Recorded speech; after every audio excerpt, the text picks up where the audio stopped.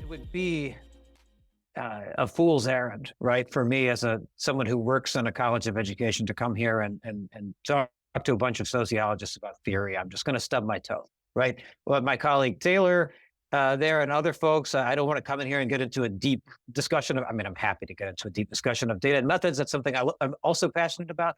But you've got amazing experts in both of these areas, right? What I really want to do is talk about what's going on, as I understand it, on the ground in higher education, right? What's going on out there in the world. And that comes from both sort of my role, right? I'm a professor in a higher education program in a college of education.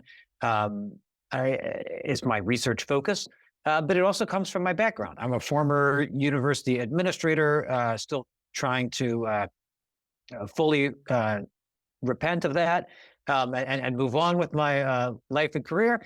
But it's given me this sort of abiding interest in higher education as a thing, right? And so I think it's worth thinking, rather than focusing overly much on theory and methods, though again, I'm more than happy to have those conversations in the Q&A if you want to sort of think about the general approach that I've taken to the projects that I'll be talking about today, and why I think about higher education and its current political context the way that I do.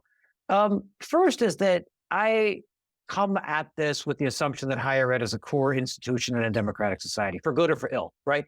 And that means that the sort of social problems are higher education's problems, and vice versa. And higher ed is not strictly passive in that, right? We have agency, we can do stuff, we can shape things, but also that we are part of this broader fabric, right? So I need to study not just the university itself in a sort of managerial or transactional kind of a way, but to think organization out about how we relate to these broader components of our society. And in particular, the sort of underlying question that innervates the projects that I'm going to talk to you about today is, how for most of the 20th century, decades and decades in the 20th century, higher ed was built up as this core institution in democratic society, right? What the historian Christopher Loss calls existing between citizens and the state, right?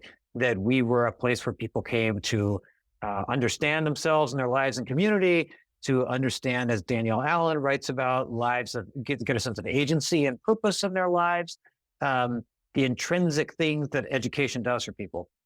We also do, instrumental things for people too, right? We help people get useful skills and facilitate social mobility and stuff like that. But these intrinsic things, right, I think are things that education does, that put it, or at least at one point made people think it should be a core of a democratic society, or at the heart, at the center of the society. And thinking about that and where that comes from, where that consensus comes from, and how that consensus has changed, I think is really key to understanding the kinds of problems that we have right now, right? All that said, I'm not a sociologist, I'm not a political scientist, I'm not a political historian. My focus really is on higher education out, right, rather than on these other things. So I'm always going to take that kind of an approach. And I tend to think about it in a field, at the field level, right? So to think about colleges and universities as they relate to one another, to think about how they relate to state governments and foundations and nonprofits and things like that, in a way that is contingent and contextual, right? Because I'm interested, again, in the sort of real world problems that policymakers and campus leaders face.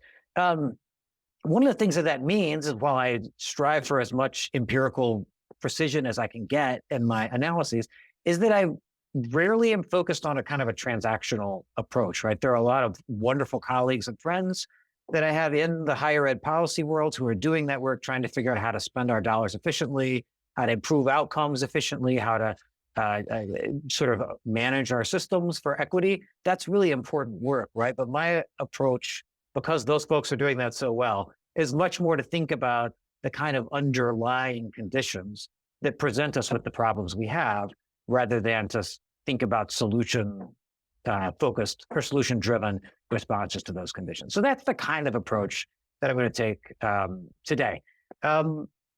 A component of that approach that I didn't put on the slide because it's less flattering to me is that, like any academic, I'm going to try to sell you a book.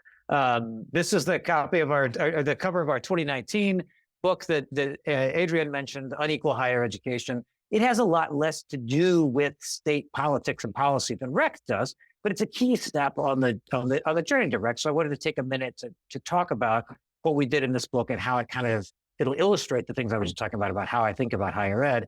And it will also, I think, explain why I asked the kinds of questions that I asked in REC and came up with the kinds of answers to those questions that I had. For this book, we took 9 years of data on public and private nonprofit higher education.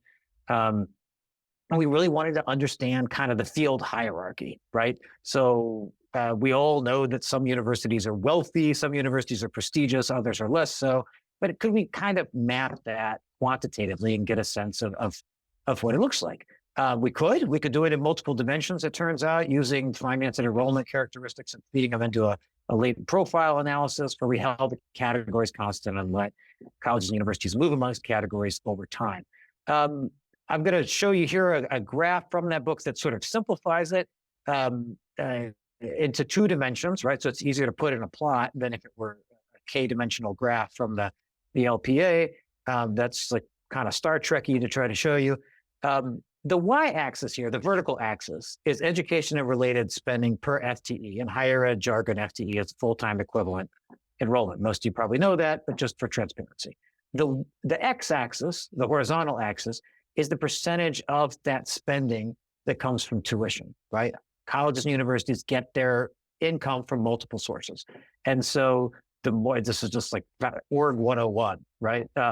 The more diverse your income streams are, the more degrees of freedom that you have in charting a strategy to navigate an uncertain environment.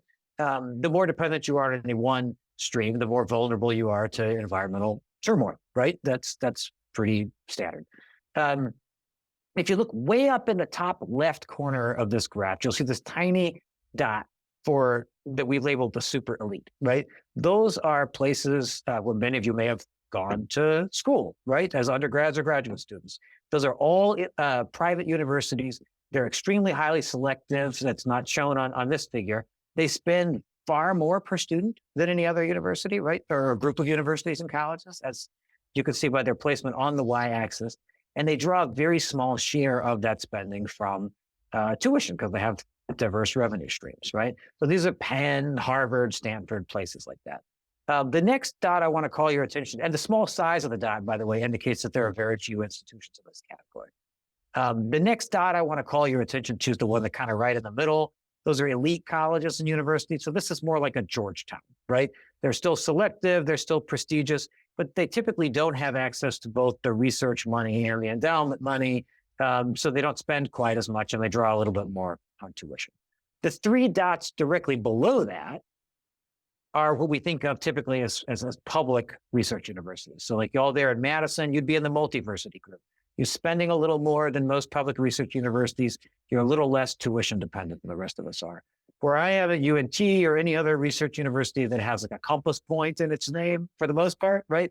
A little different with South Florida now that they're in the AAU, congratulations to them. But for most of us, right, we're in one of these more typical categories. So we're getting about half of our money from tuition. We're spending at a moderately low level.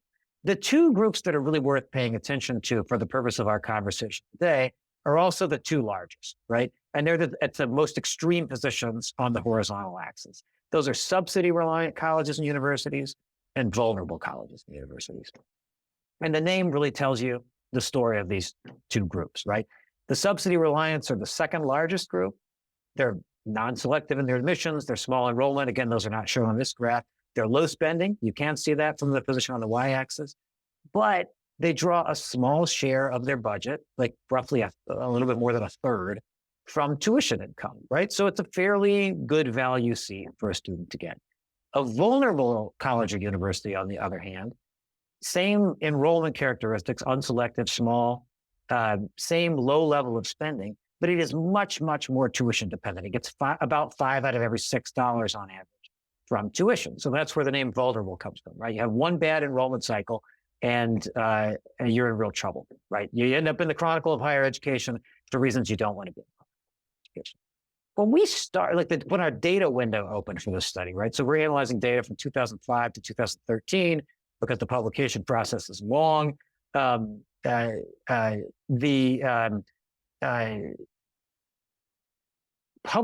were almost no vulnerable publics, and the subsidy-reliant group was overwhelmingly publics, right? The vulnerable group was overwhelmingly privates. In fact, it was the absolute majority of privates were vulnerable. So while Harvard and Stanford get all the attention, most privates are not like that, right? What we discovered over time, if you think back to what was going on in 2005 to 2013, it makes sense, was the sort of birth of a vulnerable public institution, right? So in 2005, as you can see, there are practically no vulnerable publics. That's the dashed line.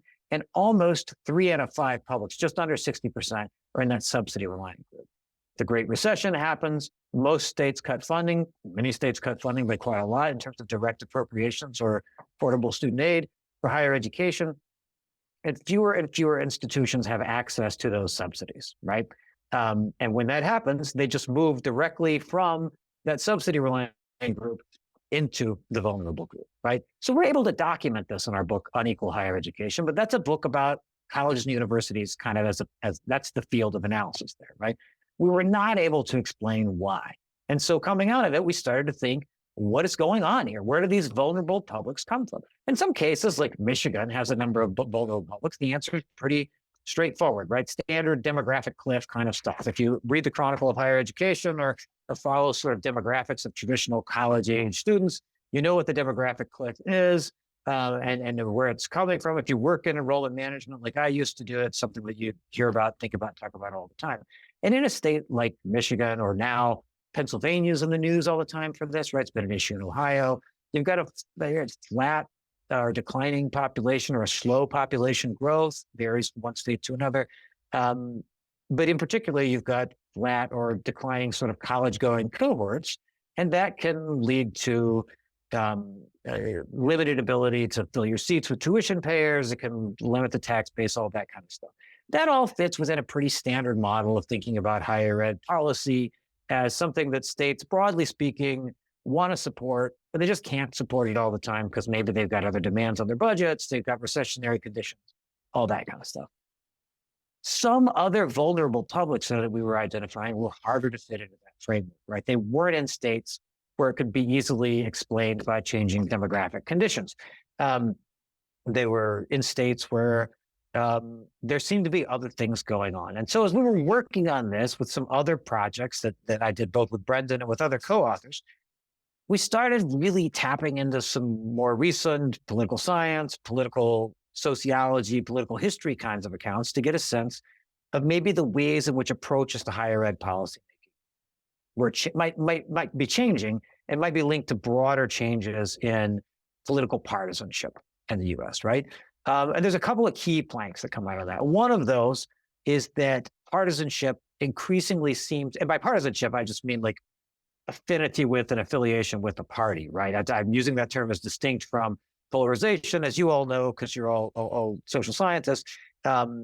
It's often relates to ideology, but doesn't always, right? Because in many cases, partisanship also co-varies tightly, not just with our thoughts about our ideological assumptions and beliefs about how the world should work, but also with our identity characteristics, right? How we understand ourselves and how we understand who we understand ourselves as being in community with. Over time, particularly since the Civil Rights Act in the 1960s, the Southern strategy that Richard Nixon ran on in the 1970s, there's been a general tendency of the Republican Party to become more demographically white, more demographically male, and more sort of skeptical on the kinds of big national post-election surveys that political scientists and people at the University of Chicago like to run, more skeptical of demographic changes in the country than were folks who registered as Democrats or who were registered as independents, right? That's happening at the same time that higher education, belatedly, inadequately, too slow, too late, but nonetheless, in some highly public ways, is beginning to confront some elements of its own history of bigotry and discrimination and racism, right? And so you're starting to get things like, at the same time that in the 60s and 70s, this process is starting, that's the same time that you're getting the first Black studies or gender studies or post-colonial studies departments being established, right? At the time that this stuff really begins to intensify and the politics of it become more closely linked to identity in the way that Liliana Mason and Alan Abramovitz and other political scientists write about. Higher ed is beginning to, the enrollments are really beginning to racially diversify, right? And we're beginning to, some universities are confronting their history with the enslavement of human beings and with settler colonialism through reports and documents, right? So just partisan sorting on the basis of identities puts higher ed and political parties on a collision course with one another, right? In particular, the political right and the Republican Party on a collision course with one another. That partisan sorting is also generally asymmetric, right? Meaning that the sorting is much more intense on the right than it is on the left. Partisan identification tends to be more intense on the right than it is on the left, in the way that Matt Grossman and folks like that write about asymmetric politics in the United States. And in particular, that seems to be driven by negative partisanship, right? By what you oppose, right? So being on the political right, being in the Republican Party, and I want to be very clear, this is talking about generalities, this is talking about groups, this is not talking about individuals, right? I'm a white guy who lives in Texas and teaches at a Texas university. I could not walk around without interacting with people who are on the political right and identify as Republicans every day, right? I'm not talking about individuals here, I'm talking about group levels. And at the group level, what tends to hold that political coalition together, it seems, is negative partisanship, right? So being opposed to somebody or something. When you think about the identity-based changes in partisanship and the slow, inadequate, belated, but nonetheless tangible changes in higher education, you begin to see why higher education is a logical foil to use to rally people against and to hold that political coalition together around by saying we are opposed to this, right? And that creates the conditions, particularly when you add in the nationalization of politics, right? So meaning that people are running for local office less on, although this still happens, right? But running less on, hey, there's a college or university in my backyard and I want to do what's good for that. I want to bring some pork back, or I'm a vegetarian, I want to bring some tofu back to my home constituency, and more on, I need to be in line with what the national party is doing on these things, right?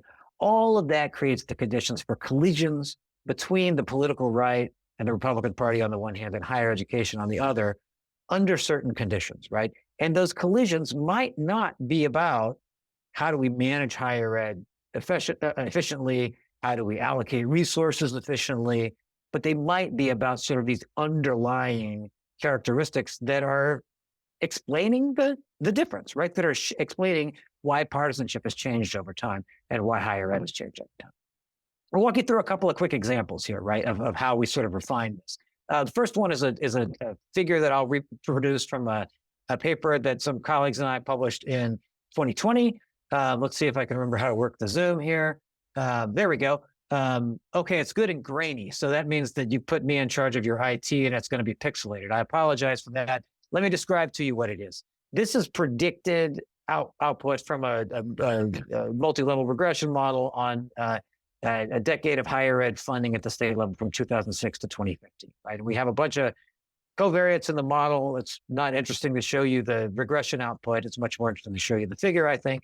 And found that one of the things that really explained it, and this is one of those things that once you find it, you can't get it out of the model, right? You do all your tests for the robustness of the interactions and alternative specifications, and you can't not find it in the model, is that the interaction of partisan political control and a variable that we referred to as white overrepresentation helped to explain the cuts that states were making to their higher education system, right? In other words, that partisanship and the racial demographics of the state higher education system relative to the state as a whole, right? That's an important caveat because you've got states like Vermont, where the population is overwhelmingly white. You've got states like California and Florida, which are much more racially diverse, right? So you can't expect the University of Vermont to have the same sort of demographics that Berkeley has, right? Or that Central Florida has.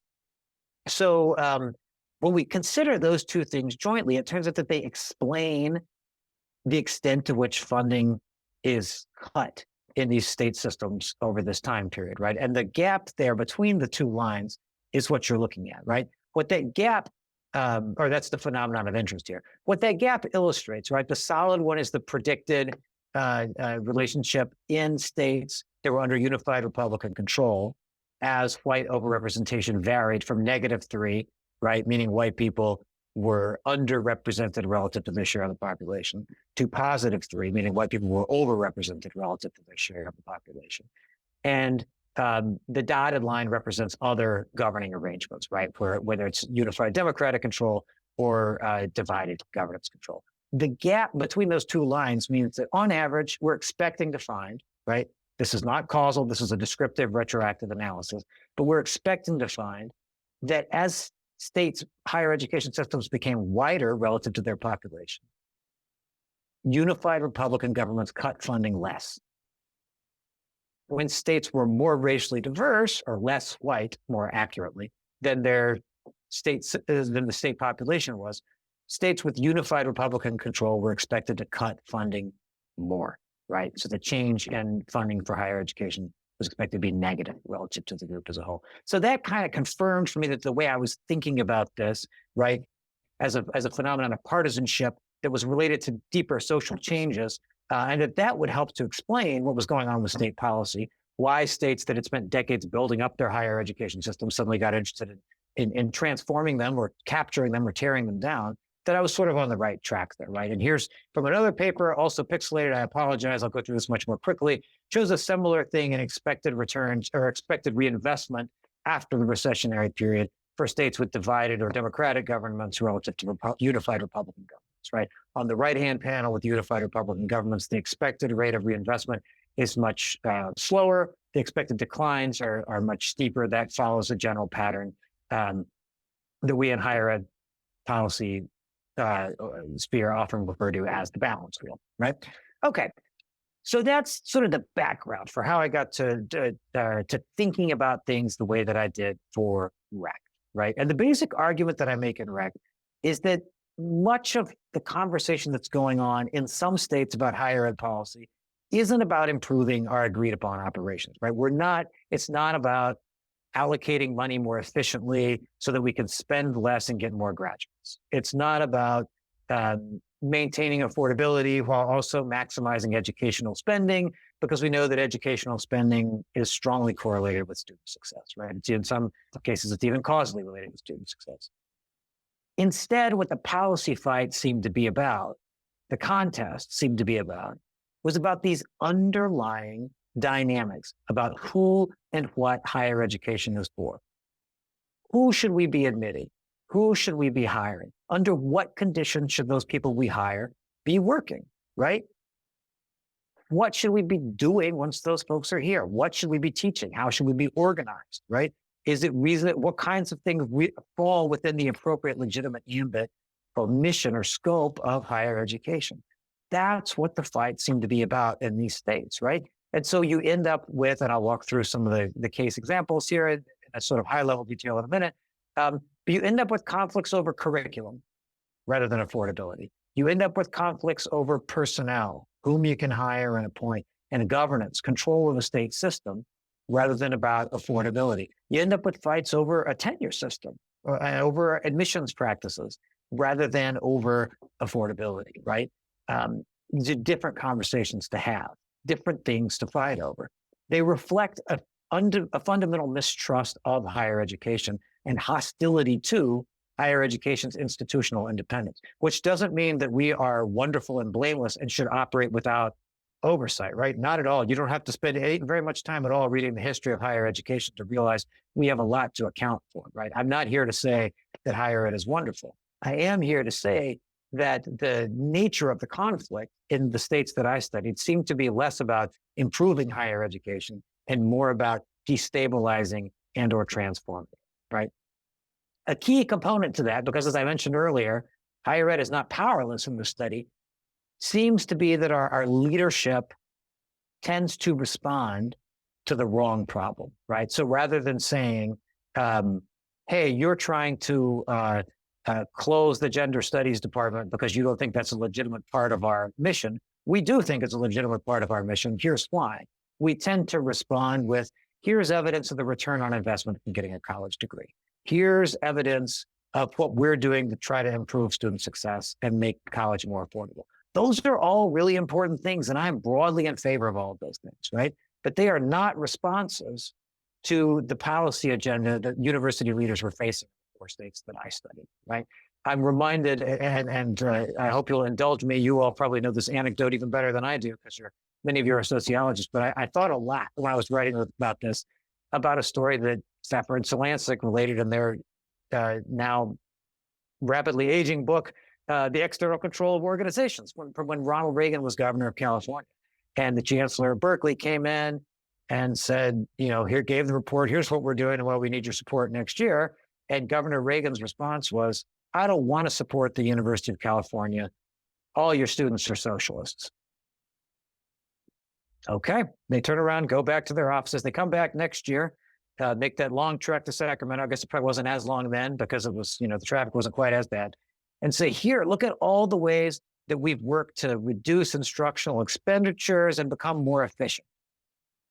And the governor's response was, I don't want you to make socialists more efficiently. I don't want you to make socialists at all. My problem is with you and what you're doing, not with how you're doing it, right? In higher education, we're oftentimes a lot more comfortable with the how are you doing it part, right? It seems nonpartisan. It seems less, and to be clear, like I'm not suggesting that higher ed should be partisan, right? I want to be very clear about that. I'm interested in and focused on the ways in which Republicans pose particular problems for higher education. You don't have to get any further than looking at the news reports out of Pennsylvania, Oregon, Colorado, Vermont, the list goes on, right, to Connecticut, to get a sense that the Democratic Party is not proposing a lot of solutions for our problems either, right? What I'm interested in here is the fact that many of our leaders also aren't proposing solutions or responses to the challenges that we're facing. They're proposing solutions to problems that are real problems, but aren't what the state leaders in these 4 states that I studied will bring it forward, right?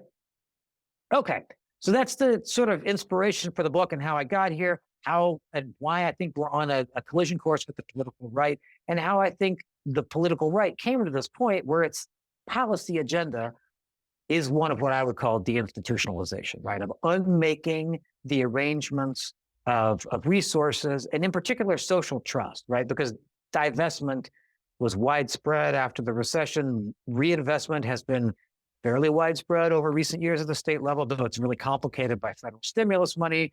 During the pandemic, it's complicated by declining enrollment. You didn't call me here to give you a disquisition on that, but I'm always happy to talk about state funding stuff. So state funding divestment during the 10 years that I studied for RECT, 2008 to 2018, was kind of table stakes, right? Almost every state did some defunding during that. What really, I thought, characterized a policy agenda of deinstitutionalization was government officials who are actively undermining trust in higher education, right? And we're doing it seems to be doing it for the sort of partisan political reasons that I talked about before, right? As a way to activate negative partisanship, to say, these are the people that we're opposed to and that you should be opposed to, too. And these are the reasons that we're opposed to them, right? And it leads to a much more fundamental question of, is higher education as we know it a legitimate part of society, or do we, as the political right, need to tear it down and install something else? Do we need to capture it and repurpose it in some way? Do we need to get rid of it altogether, right? That's a really different conversation than a conversation about how do we optimize allocation and improve graduation rate. Both conversations are important, but they're really different conversations. To get to that conversation, I had to think about and gather evidence on not just what happened, and one of my cases was with Wisconsin, so a lot of y'all have a real good sense of what happened in one of these states, but also to think about what was considered, right? Because from my point of view, insofar as this is about these deeper political and social changes that are going on in the country, it's not just about transforming higher education, deinstitutionalizing, destabilizing higher education. It's also about signaling why you want to do it and how you want to do it, right? So it's about communicating with voters, activating that negative partisanship, keeping folks engaged, right? So in some cases, the legislation that didn't pass, the lawsuit that was thrown out because the attorney general was found not to have standing to sue the University of Arizona and in that state are just as important as the things that did pass because they indicated where this thing was going, right? And so for those of you who are keeping up with higher ed news and you're reading about bans on diversity, equity, and inclusion, you're reading about bans on critical race theory, you're reading about legislation that was proposed to ban tenure. Those are all things that weren't happening in 2008 to 2018, but where the groundwork was being laid and where you could see some of that stuff being introduced and being considered and begin to understand this as a latent, dynamic, ongoing process rather than, boom, we woke up one day and this was happening, right? And again, a point that I make over and over again, deinstitutionalization is about undermining public trust. It's about changing these fundamental things about who we are and what we're doing, curriculum, personnel, governance. And partial defenses that administrators make may help us to be clear, they help us get to the end of the budget cycle. I'm in favor of that because I like to get paid, and I'm sure you do as well. But they don't respond to the fundamental allegation, right? They don't respond to that allegation that we cannot be trusted, that we're indoctrinating people. Instead, they say we can make socialists a little more efficiently, Governor Reagan. How do you feel about that? Not responding to the allegation that was made. Okay, how did I sort of play this story out empirically in the book? I looked at 4 distinct states, right? Examined 4 distinct states, and each one told some version of the same story, right? Deinstitutionalization and partial defenses are there.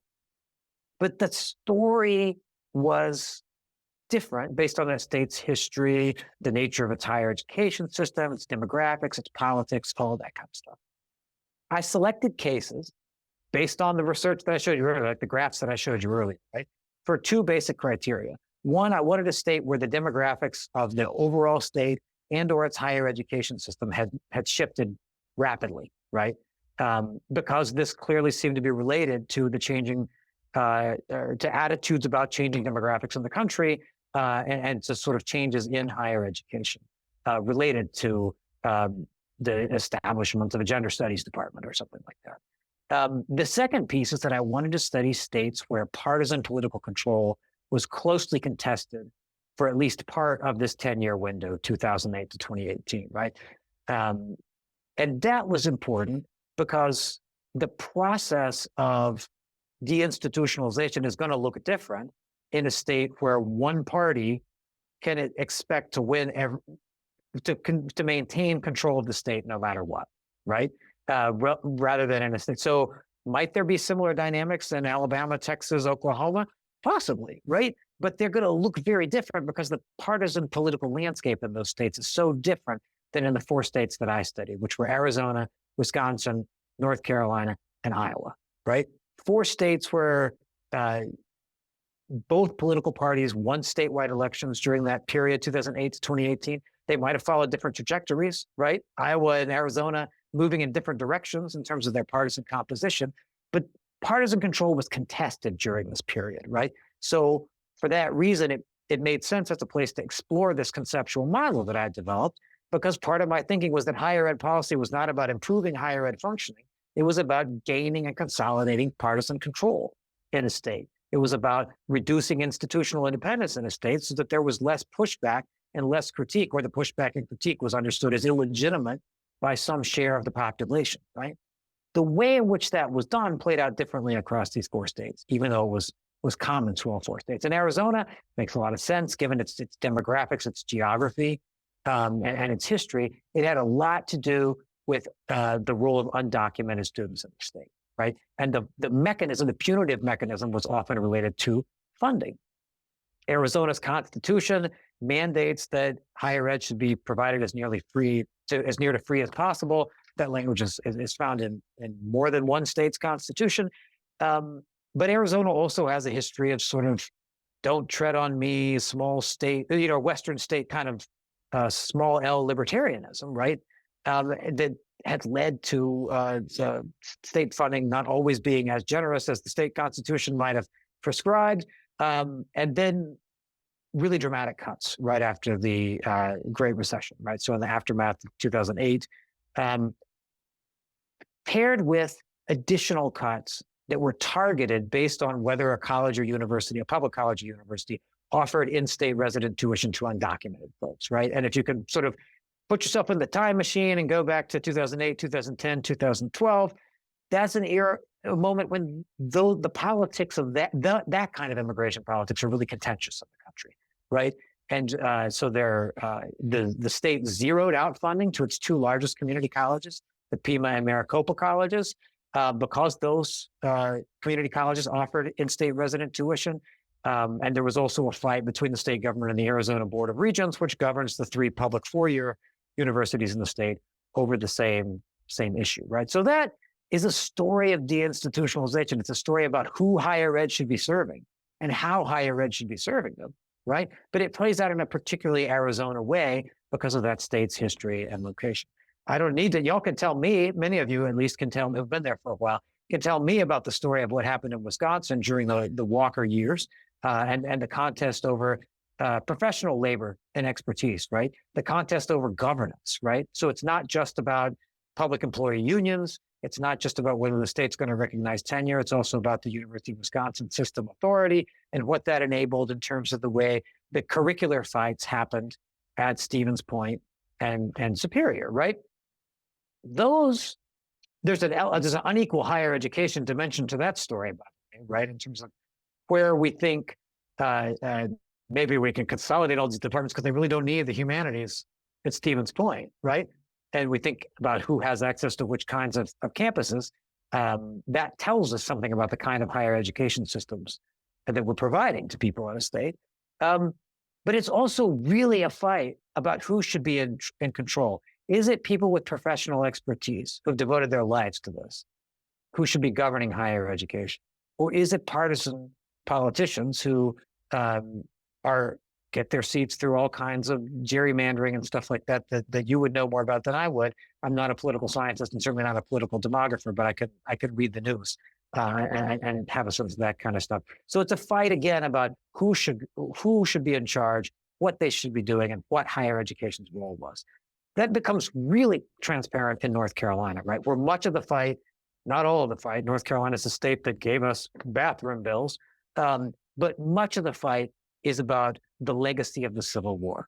It is about anti-Blackness and white supremacy in the state and how those things are represented in the higher education system. Some of that quite literally about a Civil War statue on the Chapel Hill campus, a controversy that consumed multiple leadership careers in the state.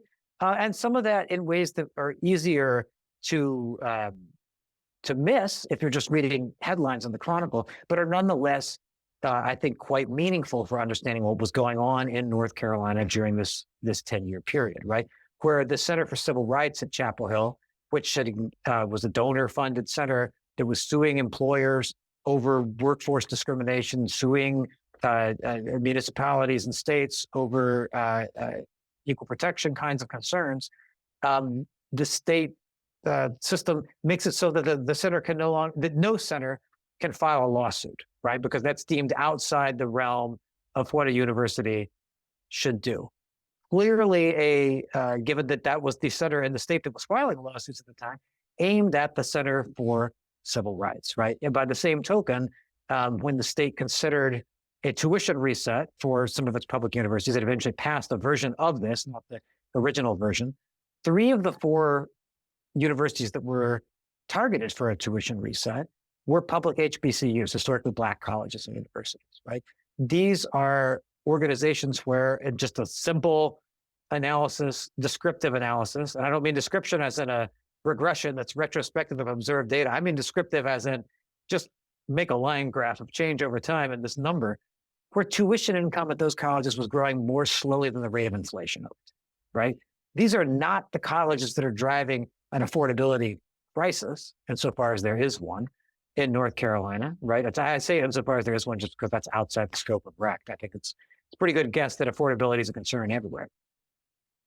The places where tuition have been rising quickly were the University of North Carolina, Chapel Hill, NC State, UNC Asheville, right?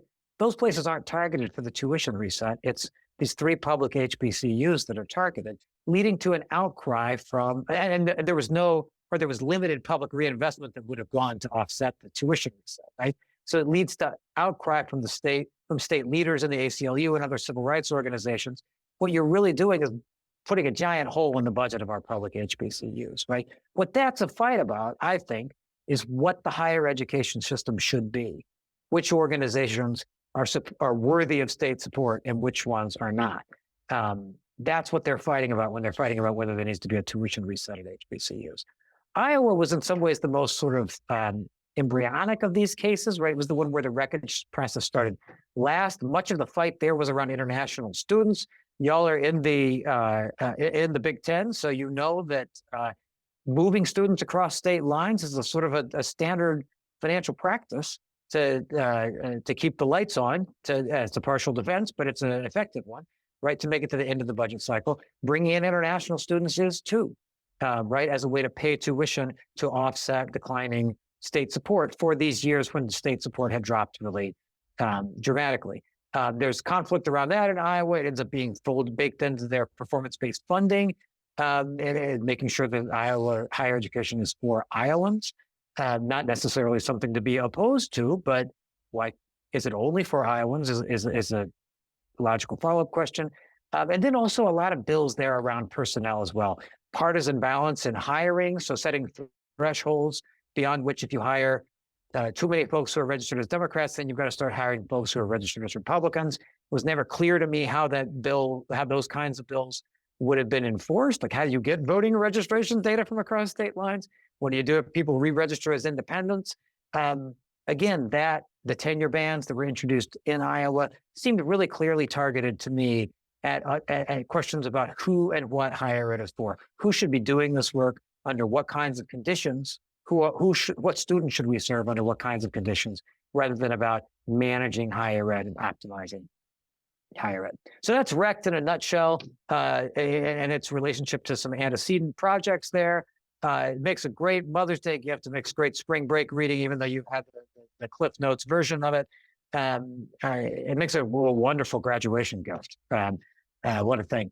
But of course, I haven't stopped there. I'll leave you with just a couple of pieces from work in progress that I have going on that's kind of continuing this work, looking at some legislation that my co-author and I have defined as tenure bans, right? So bills that have been introduced, not enacted. So like the Wisconsin legislation around Act 10 is not something we're considering. So these are bills that would specifically say you can't have tenure. It doesn't exist, or it doesn't exist in the community college system, or it only exists for the president or something like that, right? So this is a much more draconian thing, even than the bans than the bills that were passed in Wisconsin, or the system level changes that have been passed in Texas and things like that. Simple Cox regression that we've been trying to specify here, with some political, economic, and social factors. And broadly speaking, the contours match kind of what we were expecting from RECT. This is just a simple description of when the 13 bills were distributed over time. You can see it's never super widespread, right? 3 is the max number. So on the one hand, you're like, what does this matter? It's 3 bills in 2018, none of which were enacted. On the other hand, if you were in one of those states in 2018, I bet it mattered a whole lot, right? And one of the things that I am arguing from RECT is that this introduced legislation really matters because it's setting the stage for what can come next, right? It's shifting our thinking and the way that partisan politicians are communicating with their constituencies. Overall, the story, as I mentioned, kind of broadly conforms to what we're thinking about. At the institutional level, at the college and university level, I think we're accustomed, there's a lot of evidence for this, to thinking about declining share of folks working in the tenure system as about finance and the sort of shared governance balance of power on campus, right? Tenured folks are expensive and they're hard to get rid of. I know this because, boy, my students would love to get rid of me. That's a joke, by the way. Please don't report me to my accountability folks here in the state. And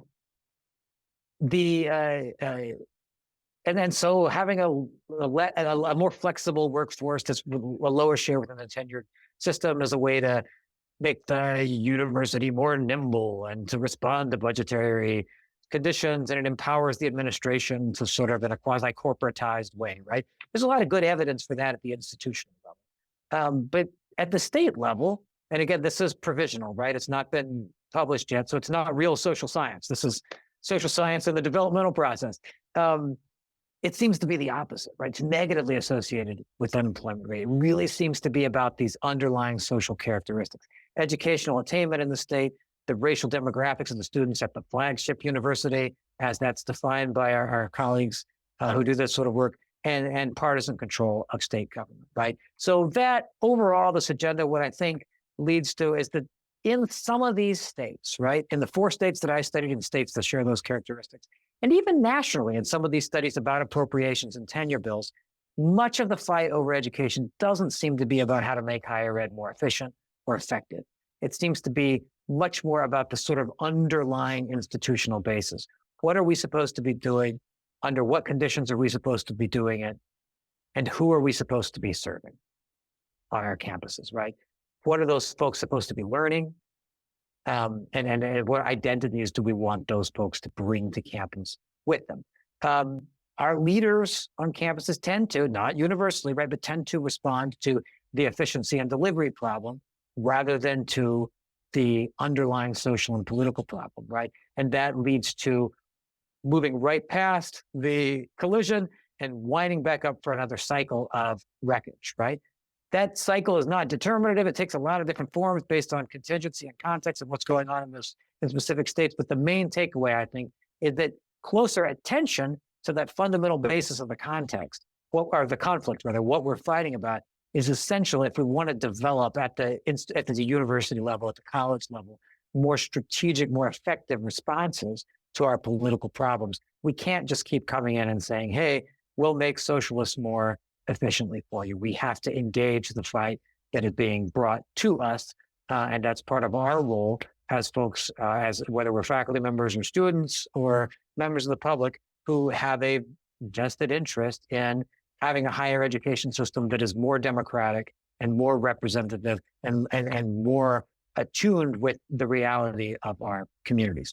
That's more than enough for me. You ask a faculty member to talk about their research and they're going to talk too long. I'll stop screen sharing and hand it over to you, Adrienne, to facilitate Q&A. Wonderful. I'm concerned with the reports of falling confidence in higher ed. I know they're disproportionately among Republicans. I saw a graph just the last couple days showing a precipitous drop in the last few years. And I can't remember, where it went and where it began, where it ended. But I think it was the late teens, early 20s. And it was like, wow. And I thought to myself, this has to be because of the kind of campaign that Republicans are waging that you've spoken of, rather than about any real experience of parents and students with higher ed. I was just blown away, not by the direction, but by the slope. It was just astonishing, which makes me worry a great deal about the efficacy of Republican communications.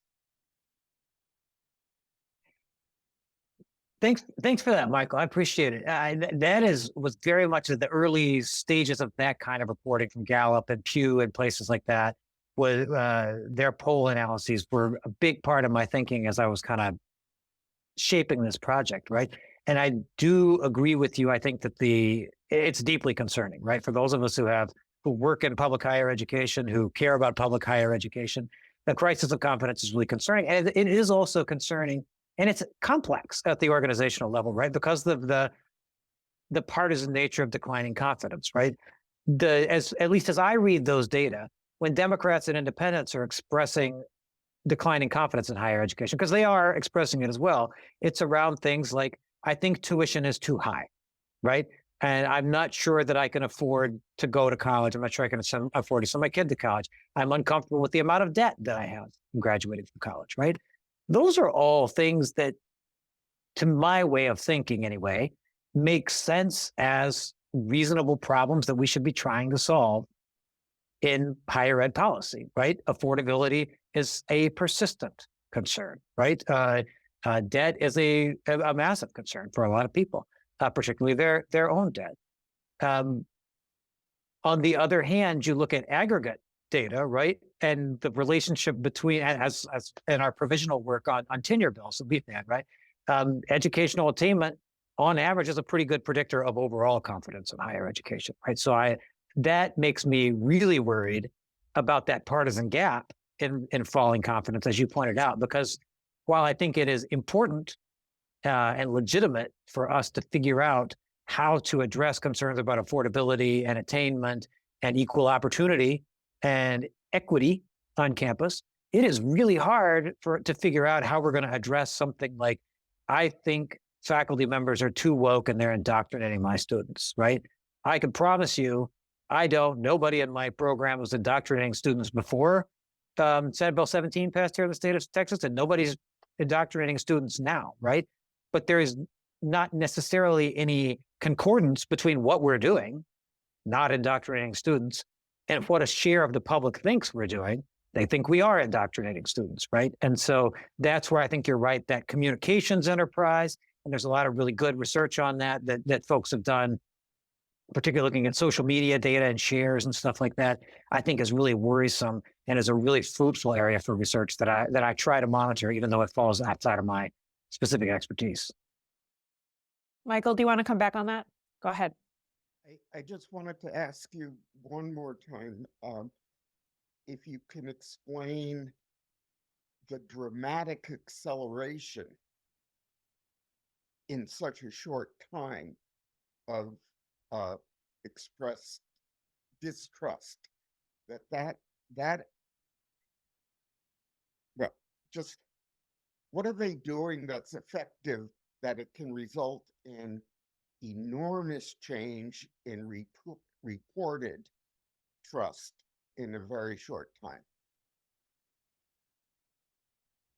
Yeah, I mean, I think ultimately you'd need like a political communications person or a social media analyst or somebody to answer that question with confidence, right? As I read that literature, I think it is about social media. I think it is about mass media.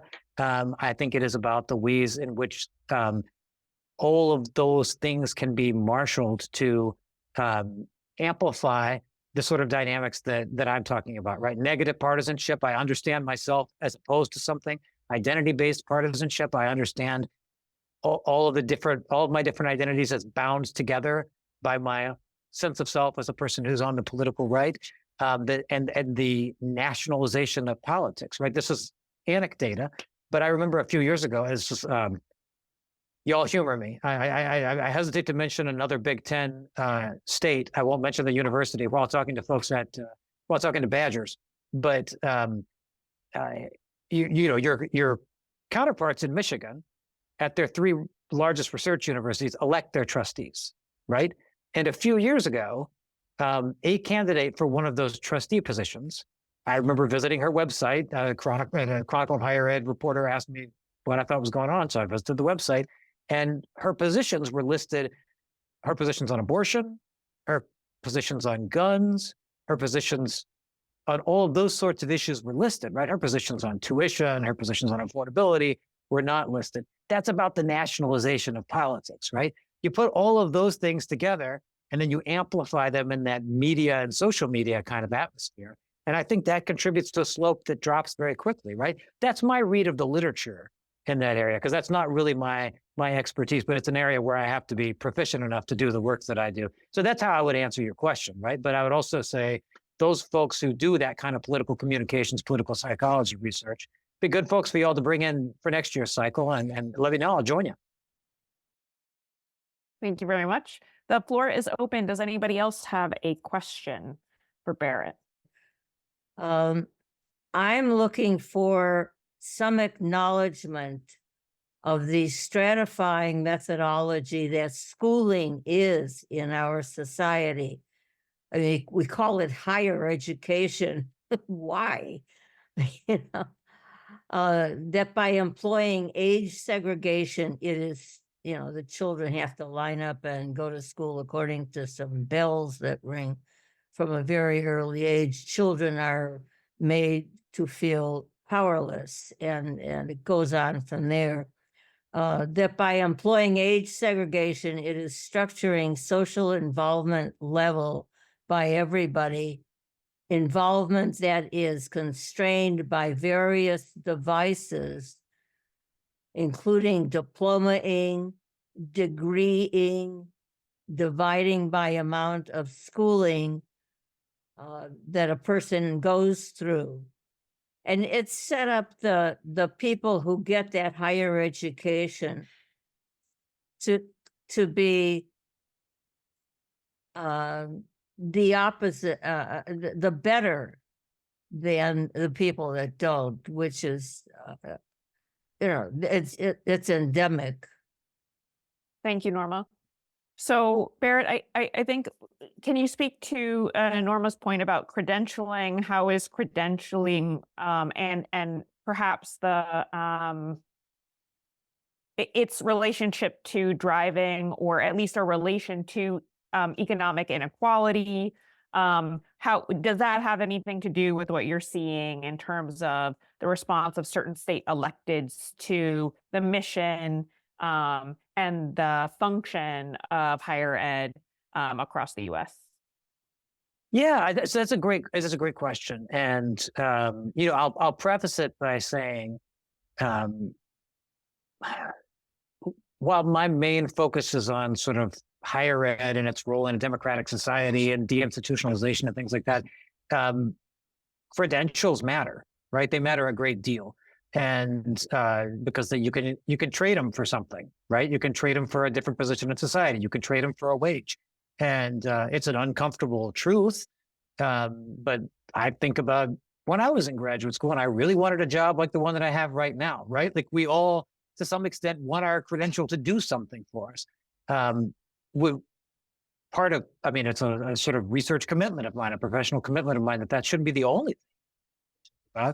But it does matter, right? And so figuring out how, to Norma's point, how access to certain credentials is stratified and is allocated is also a key component of my my research work, right? It wasn't the part of Unequal Higher Ed that was germane, or particularly germane for this talk today, right? Because I'm more focused today on social and political destabilization of higher education. But a key component of that book was in trying to get a sense of who are the students at super elite, at elite, at multiversity places, right?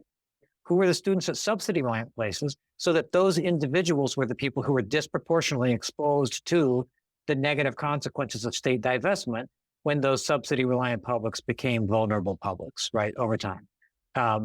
And getting a sense of that, right, that helped us to understand how finance policy at the state level, and at the federal level, right? Because from the private side of this, endowment tax exemptions and donation tax exemptions and stuff like that are also a component of it. That helps Princeton and Stanford a lot more than it helps the struggling small enrollment private, right? But getting a sense of those things helped us to understand the ways in which student college choice, institutional student selection, those mutualistic processes help to allocate unequally across racial groups and across income groups access to certain kinds of opportunities in higher education, right? So you end up disproportionately with your elites and super elite places serving people who are well off, right? And already enjoy positions of incumbency in society, and your vulnerable places disproportionately serving folks who need a credential to move up in society, right? It doesn't mean that they have need as people,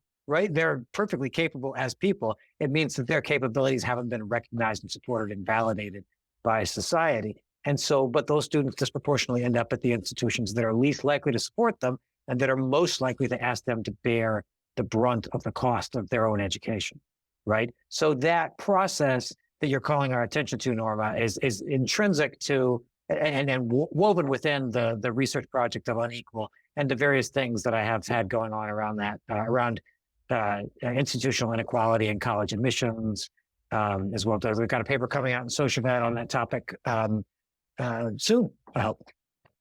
Wonderful. I suppose, Barrett, since no one else is on the floor besides Michael Olnick, and we'll definitely have time for that question, Michael. Another follow-up for you. Great.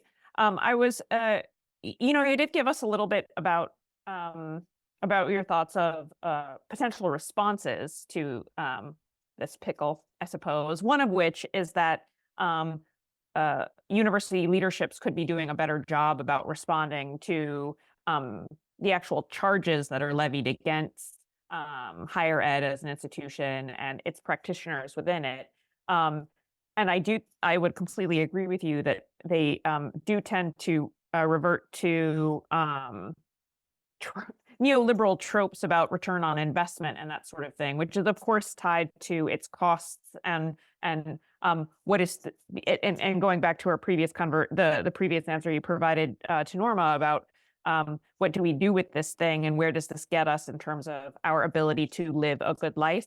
But I'm curious, do you have any other thoughts about the ways in which practitioners such as yourself can respond effectively to state electeds who are interested in this? So one example would be faculty and staff organizing on campus to provide, or on campuses to provide that sort of check to or a counter argument to narratives that are being offered from state electeds. Have you seen anything that shows in your research whether that is effective or not? Or have you seen other ways that people are trying to creatively respond to and effectively respond to these sorts of arguments?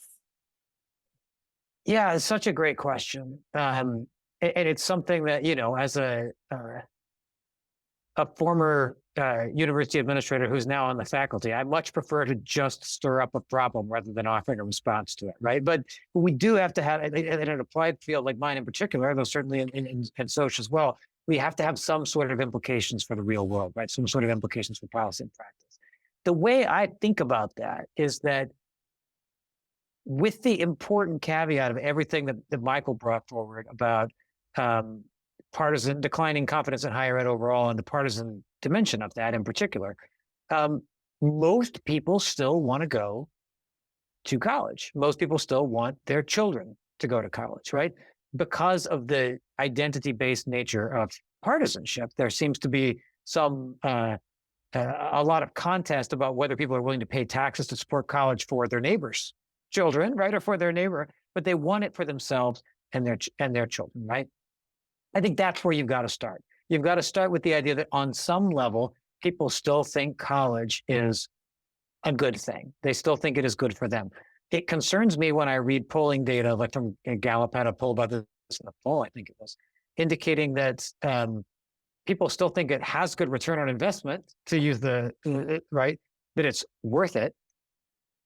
And they're not thinking about the other stuff, but that stuff is still there. Right? When you look at people who research this comparatively, like my colleague Brendan Cantwell, with whom I wrote Unequal Higher Education, Simon Marginson at Oxford, right? They write about high participation systems and the way in which expanding enrollment is linked to people's sense of self and aspiration for their lives, right? I think that's where we have to start. People still want to go to college, right? And if we constantly accept the framing of us as you're just indoctrinating people, you're just taking their money and not providing them with anything, then that may not be true forever, right? But it's true for right now.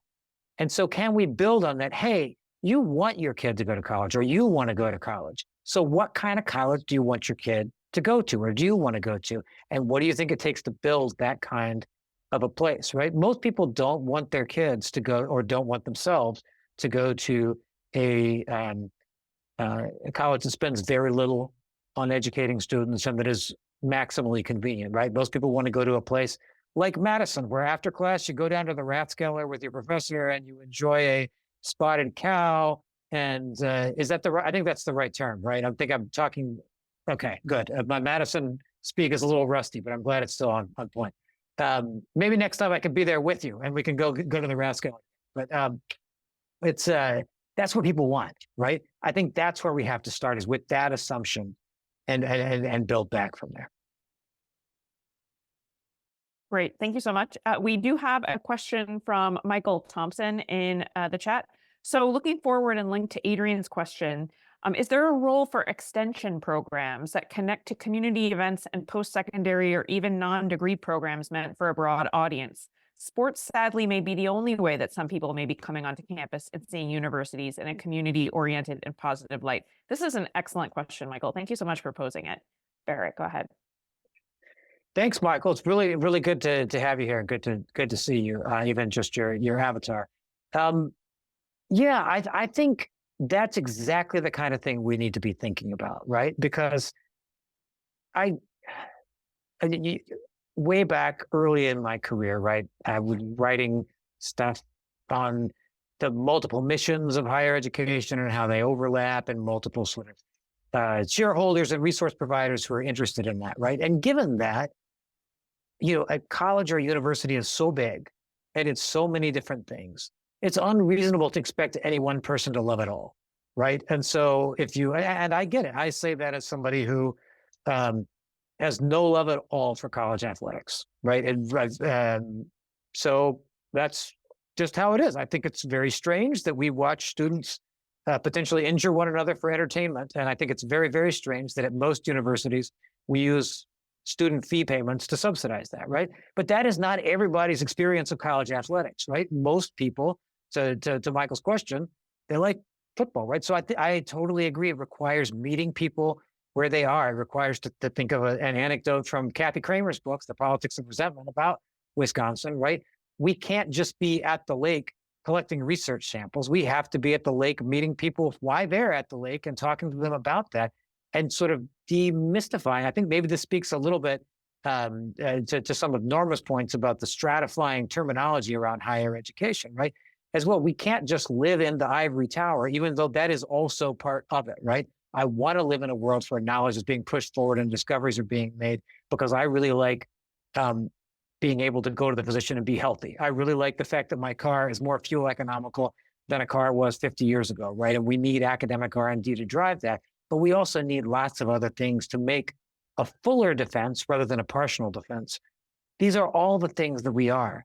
And this is why you want to go to college, why you want your kid to go to college, and why we think you should reinvest some trust in us, right? Give us another chance. I totally agree, Michael. It was a great suggestion, a great question. So as we're winding down time, I will turn to Michael Olnick's other question, and I'll add to it a little bit. He asks if you can tell us a little bit about what's happening at the University of Texas, Austin. I'm assuming that's what you meant. University of Austin, rather, that's being set up. I would be curious to add on, if you'd like to share your thoughts with us about what's happened at New College and other institutions in Florida. We're seeing, the news has only been dire coming out of particular states, West Virginia also being one. So in our remaining minutes, I'd love to hear your reflections on that. Yeah. So I think it's a really interesting,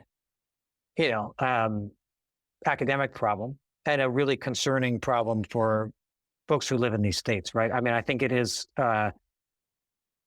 it seems likely that state systems will move farther and farther apart from one another based on the kinds of underlying political and social characteristics that I'm writing about and talking about, right? And that's pretty worrisome to anybody who thinks that universities are supposed to bring us together, right? And higher ed's supposed to provide some opportunities for civic engagement and bringing people together rather than for dividing us. I do think that wreckage is part of the story, right? It's much easier to. I want to be careful with metaphors here. I'm not a mechanic, right? But do you think I use the verbiage of collision a lot? I use the word wrecked in the title. You have a wreck, the window of your car no longer goes up and down anymore. It's a lot easier for somebody to get in and hotwire the car and drive it off now, right? What Alex Hurdle Fernandez, a political scientist, writes about a phenomenon called state capture, right? The ways in which nonprofit organizations can introduce legislation and kind of take over a state. He wrote a lot about Wisconsin, right? And we've seen some of that with what used to be the Pope Institute. It's now the Martin Center. That's a big part of the North Carolina chapter, the Goldwater Institute, right? And I think the University of Austin could be the next step in that, right? I think some of these centers for traditional values or traditional history or whatever we verbiage the place is using, right? If you read the Chronicle story about George Mason the other day, right? Folks who are in that center on that campus are offering one narrative of what's going on, and people who are in other parts of the campus are offering a different narrative. Seating a center like that on a campus, I think I've got a student here who's doing some really interesting work on that, and I'm really curious to learn what comes of her work. But I think all of that kind of stuff, right, suggests that once a higher ed system has been wrecked, or is in the process of being wrecked, that's concerning. Full stop. It's also concerning because the possibility of capture goes up. The possibility of that once you have delegitimated the higher education system, of creating an alternative pathway pops up. And to be clear, higher ed has a lot to answer for, right? There are really good reasons to deinstitutionalize higher ed. There are really good reasons to have alternatives. I'm not convinced that the way that we're seeing it play out is moving us towards a more participatory, more open opportunity system of higher education, right? I'm worried that it's moving us in the opposite direction. And many of its proponents will tell you that's what they're trying to do, is move it in a different direction. And so I think that's how I would think about it, Michael, and is that it's sort of, once something's been wrecked, one next possibility is to capture, right? Another next possibility is to put forth an alternative and try to legitimate that instead. And I think those two processes are probably what's going on there. But we'll see. We'll see what my student finds and what other scholars who are working in this domain find. Thank you so much for that. Next, we have a question from, if I were to say it in Danish, it would be Karin, but it could be Karen, who writes, for a long while, businesses who recruit from UW have advocated for recruits to have had effective interactions with people from different backgrounds from themselves to operate well in a global environment. Do we see any response yet from business to this indoctrination divestment? Boy, that's a great question. And I will tread carefully here because I'm a higher education person and not a scholar of firms, right? What I will say I have observed is that there has been no change in that language, right? And there's been no change in the fact that, when I talk to folks in our career center or other career centers, right? Businesses often talk about wanting people who are well-rounded and good at communication and critical thinking and are lifelong learners. And those are the kinds of objectives that are most clearly linked, most intuitively linked oftentimes to the very academic departments that are most likely to be wrecked, right? They're most likely to be, the state of Florida moving this is near and dear to your hearts. I'm sorry, take a deep breath. We'll get through it together. Moving Florida out of the core, or moving sociology out of the core curriculum in the state of Florida, right? To replace it with a traditional history class, whatever that means. So I have not noticed any change in the language from businesses around that to saying, what we really want is somebody who knows how to stay on good terms with the governor's office or the state senate. That said, that's not my specific focus, right? So it's anecdotes that I'm compiling to report that, and folks who are experts in that area may have a different account of it. What I do wonder, and I'm wondering here, right? I'm not saying this is what's happening. I'm wondering as a concerned citizen, the extent to which those corporations are allocating their donations to align with that concern, right? Because one of the things that becomes really clear from reading political science stuff around this is that you can go way down the list of issues that are salient to people before you get to higher education. For people to whom higher ed is a salient issue, it's very highly salient, right? Because they're paying tuition or they're paying back loans or because they have a particular political agenda for transforming higher education or capturing it or wrecking it. But it's much lower on the individual level salience agenda. I can only assume the same is true if you're a big employer, right? That at the end of the day, what you're probably most concerned about is your marginal tax rate rather than about how employees are trained and prepared to work for you. I would like to be wrong about that. And I would like somebody who studies firms to come forward with evidence to tell me that I'm wrong. And then I will update my concerns as a concerned citizen there. But those are the concerns that I have, is that when the rubber meets the road, I don't know that corporate political influence, whatever it is I'm not holding my breath waiting for that to be what saves higher education. How about that for an answer? As a higher ed person, I'm not pinning my hopes on corporations to save us. That's why I try to put try to draw some attention to our own leadership and partial defenses and thinking about ways that we can advocate for ourselves. I don't think the Democratic Party is coming to save us. I don't think corporations are saving us. I think we have to put forward a story of why higher ed matters if we want that story to be out there. Great response. We do have one last question, and it's a fun one, Barrett. The thought experiment. Barrett, I'm wondering who you hope reads Wrecked. If you could give a copy to anyone, a specific person or a general group of people, and they promise to actually read it and not just leave it on their nightstand, who would it be? Our 10-year-old daughter, because then she would stop making fun of me for what I do. That's a very selfish answer. What a great question, Carrie. Thank you for asking that. This goes, I think, right to the way I understand my work and to what my charge is as somebody who's in a college of education, right? I would like this book to be read by people who are shaping the conversation around higher ed policy, right? Whether they work for a state system or a state board, whether they work for one of the big NGOs in DC or Boulder, or one of the regional coordinating bodies like Middle States or something like that. Because I want those folks, I really value the work they're doing. I really value what they're putting out, but I want them to engage with the world as, at least to my way of thinking, as it is, right? And not just solely to focus on what interventions can we design to allocate our resources more effectively, but to think about what does it mean to be, what does it mean to be a university with a mission of expanding opportunity in a state where higher ed is being wrecked or being captured? And how is that different from what it means to be a university in a state where that's not the case, right? If you're Cal State, your concerns are very different, right? You don't have to worry about the governor wrecking you. You have to worry about getting enough sections so that people can graduate in 6 or 7 years. You have no hope of getting enough sections to get them out in 4, right? Because you've got too many people. That is a different problem. That is atrophy and neglect of the system because the state hasn't put enough money in to build enough campuses for the population and for the college going rate. It's a very different set of problems. And a lot of the recommendations coming out of those policy groups make a lot of sense for a place like that, right? They are, I think it's a very different conversation for these other places, but there are real people living real lives who really need to be engaged and to have a sense to be part of the central conversation in a democratic society in their states, even if higher ed is being wrecked or being captured. So what does making policy recommendations look like in those contexts? It can feel awkward. It can feel icky. I get it. That's not how most of those folks were trained. They were trained as economists and policy analysts to take a much more transactional view.